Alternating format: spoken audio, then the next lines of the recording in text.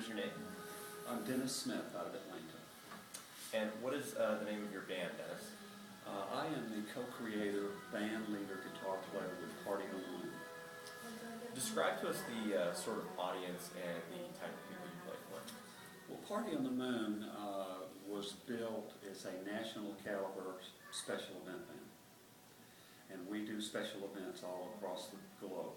Our clients are Eli Manning's wedding, Donald Trump 4 years in a row for New Year's Eve, Bill Gates, the Indy 500, the Kentucky Derby, the Indemnia Ball at the Superdome, American Express, and we also do the big Winter Bash in Winston-Salem. You guys get around. Yeah.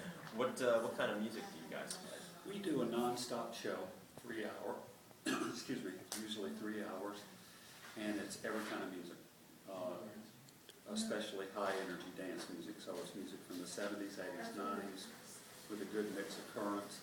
And we also do a mashup style. By that I mean, you know, the music is performed much like if you were at a dance club. Mm-hmm. Describe to us how all the members in the band ended up with you in Party on the Moon. Sure. Well, let me tell you, back up about 12 years ago, I was in the record business. I mean, I played in a cover band. I was writing original material, working on getting a record deal. I started a family at that time, and so I decided that I wanted to do something that's going to be more financially stable. Mm-hmm. So I got a call one day from one of the partners at East Coast Entertainment. His name is Ed Duncan, and he said, "I've got an idea for you. I think we should put together a big 13-piece band." So we did, and so I went through dozens and dozens of auditions. It took me about 2 years to put the band together. So the band has been going now about 10 years. 10 years. Wow, that's pretty awesome. It sounds like you guys have been like very, very successful. Tell us about one of your most memorable experiences. Well, you know, there's been, Patrick, there's been a lot of them. One of the most probably was President Obama's inaugural ball, the first one. And we got the call about 2 weeks before the show. And all the flights were booked, all the hotels were booked. Luckily, we have a tour bus, so we were able to go up there. But we traded sets with Jennifer Lopez and Mark Anthony. So if you can imagine being on a stage, having a dance floor, and Jennifer Lopez and Mark Anthony playing on the other side of the room. Stevie Wonder was in the room next door to us. Bon Jovi was in the room on the other side. Sting was upstairs. Oh my gosh. It was really, and of course, just the whole energy and vibe around that inaugural ball was very magical. But and of course, the president came in, and that was pretty cool. And then just recently, we had something kind of unexpected. We played for the Indy 500. Their big ball called the Snake Pit Ball, and we got a call the day before that Josh Kaufman, who's from Indianapolis, had just won the Voice. Mm-hmm. So his management called and said, "Josh is here for the Indy 500 parade. We'd like for him to sing tonight. Is that okay?" So he came over to sound check. We worked up a couple of Stevie Wonder tunes, and that was kind of fun. That's on our website. That's awesome. You get to see it. You know, we do a lot of those kind of things. You know, performing for Donald Trump was exciting. Rod Stewart was 20 feet from the stage, and Michael Jordan's over here, and Woody Allen's over here. And, mm-hmm. Mm-hmm. But those are a couple of the.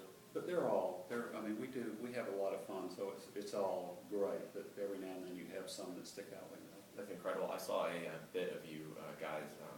You were on was it ABC or some morning show, and you know you all were just rocking out. And I see you over there rocking on the guitar. Yeah, that was our 6 a.m. Flying from the West Coast automatic pilot show. That was fun. That's cool. That was good. How did you come up with the idea of Party on the Moon? Well, as I said, the Party on the Moon, it actually wasn't my idea. I just knew I wanted to do something a little bit different. So when Ed Duncan called, he said, you know, there's not a large 13-piece band in the Southeast region. So really what I did when I set out is I had a lot of passion and a lot of desire for original music. So what I decided to do was to take all of that passion and creativity I had for the original music world and go to the special event world. Mm-hmm. So I think we were one of the first bands in the country to go to a nonstop format with no breaks. Oh, wow. And our goal was to be the #1 party band in the world. I mean, that was what we set out to be. And I think it was a little bit different in the fact that I think most musicians look at cover bands as a gig, mm-hmm. Where we looked at Party on the Moon as a career. Mm-hmm. And then with the success of Party on the Moon, we had two things happen. One, we were getting clients call and the band was already booked. So a client would call and say, I want Party on the Moon New Year's Eve. I'm sorry, we're booked. Their next question would be, could you recommend anybody? We couldn't. And then at the same time, I'm getting calls from musicians out of Atlanta, which is just a hotbed of musicians saying, we've heard about what you're doing. To give you an example, our first band leader, Jerry Freeman, leads Big Swing and the Ballroom Blasters. He is the horn section leader with Outkast. I just saw them 2 nights ago in Atlanta. And one of our other band leaders with Simply Irresistible, Ronnie Garrett, was Beyonce's music director. So we then built national party bands, which are bands that have the same core values as Party on the Moon. And now we have 8 bands under our umbrella, and all of those bands are considered, you know, the best in the country. Well, I mean, it sounds like, you know, you told me your goal was to be the #1 party band in the world. I mean, it certainly sounds like you've had a lot of success for that. And yeah, we really have. We work hard, and we've been very fortunate. That's awesome. Congratulations. Tell us what Donald Trump is like. You know, Donald Trump, interesting thing about Donald Trump, we got a call to, this was 5 years ago, we played for him 4 years in a row at Mar-a-Lago. We were the first, I think, non-national act that he had. He always had national acts, but his people called us in late October. Mm-hmm. We did not have a New Year's gig, and we had an opportunity to go down and play at Mar-a-Lago, which is his big club in West Palm Beach. Mm-hmm. He knows he's very hands-on. He likes rock music. He doesn't like jazz music, and he will come right up to the band and tell you. And one thing I noticed about Donald Trump in his ballroom at Mar-a-Lago, which is absolutely one of the most gorgeous rooms you would ever see, mm-hmm. he made his way around to every single person in the room. Got photos with everybody, just a really gracious guy. You'll see him on one of our videos coming up and thanking the band. But he's a great guy, and I didn't expect him to be that personable. Right. But really, he really throws an event, and it's a lot of fun. I would think that would be one of the most rewarding parts about your job is to get to meet all these like celebrities and like people and that sort of thing. I mean, you guys, as of right now, are kind of celebrities in yourselves. I mean, most definitely. You know, but I mean, sure. It must be cool for you to get to meet these sorts of people. Well, it is. You know, we try to, like my kids say, we played for Eli Manning's wedding, and they were disappointed that I didn't get Peyton Manning's autograph. You know, what do you mean you played for the president? Didn't you get his autograph? Or why didn't you get your photo? And but we are there to serve them, so mm-hmm. we're very low key, and it's not about meeting them. And, mm-hmm. You know, I mean, we're in the service business, and so what's really fun is to play for these people and have them say that that's the best event they've ever had. I mean, that's the oh yeah, absolutely. That's what your end goal is. Yeah, that's great. How did you manage to gather the resources in order to get to the level where you guys are at today? One word: credit.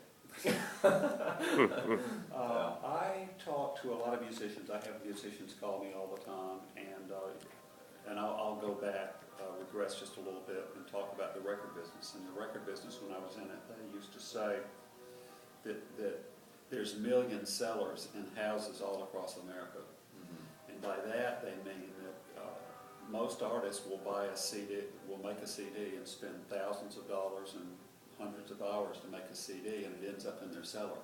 Mm-hmm. Because they don't have the funds to promote it, they don't have the funds to get it out, they don't have the funds to distribute it. So one of the things I tell people that ask me is any business that you would start, let's say you were going to start a landscape business, you'd have to have equipment, you'd have to have a crew, you'd have to have a truck, then you would still have to advertise, and you would have to market. So it was, I was lucky in the fact that I really did have a good line of credit, and I was way upside down in the band for a long time, and I didn't know if it worked, because at the time that we started Party on the Moon, there was not really any 13-piece bands doing weddings. Mm-hmm. So a lot of people in the industry said, you're going to fail because people are not going to spend enough on a wedding to be able to pay for a 13-piece band and a driver and a tour bus. And so, you know, people see us now and we're driving in a fancy tour bus, but they don't realize that for 6 of those years we were pulling a trailer behind a Suburban, and it takes a long time. Yeah, you got to work your way up. Got to work your way up. Yeah, absolutely. Well, thank you so much for coming in and doing this short little interview for our show, Mike and Slane at Night. Would you like to give a shout out to your family and friends? Well, I would like to give some advice to artists. Oh, please do. Because I get a lot of people that call me and ask me, you know, how do you do this? And I get emails from that. And first of all, let me say there's a lot of ways to be in the music business. There's a lot that happens before an artist takes the stage. So a lot of people in the music business, you know, they do production, they will do marketing, they will be agents, they will be road managers and tour managers and lighting directors and sound engineers and recording engineers, videographers. So there's a lot of ways to be in the music business. Mm-hmm. And the first thing I would say is to be clear about what it is that you care about. Some people really care about playing on stage. I really like that. I like the part of playing in a band and being in the camaraderie and travel and all that stuff. Mm-hmm. So the first thing I would say is to be clear about what it is you care about. And also in the music business, remember that we're in the service industry, and our goal is to help people have the best experience that they possibly can. And another thing I would like to say is in Malcolm Gladwell's book, The Tipping Point. I don't know if you read that book. I have not, but we did have Mr. Malcolm Gladwell come here to the school and speak. Our president, Dr. Nudek, they interviewed him, and it was a very, very interesting. But one of the things he talks about is the 10,000 hour rule, and that is, he said, it takes 10,000 hours to get good at anything. Mm-hmm. And I think artists need to realize that with every overnight success, there was years of preparation to be ready. And for Party on the Moon, when we got that call to play for Donald Trump, we had to be ready when the call comes. Right. So if you're going to be an artist, you got to be ready when the call comes. And for me, it comes down to 3 things. It's find something you love to do. Have a vision for what you want to do. Gather people around you that want to do the same thing, which is a mastermind group. And then don't stop. Stay the course. And there's always a next step. And act as if success were certain. If you wanted to be a recording engineer, then go take recording classes. And just don't stop. That's what I would say. That sounds like great advice. Well, thank you so much. Thank you. I appreciate it. You guys keep up the good work. All right, and be sure to listen to Mike and Slane at Night on Friday nights, and we'll catch you later.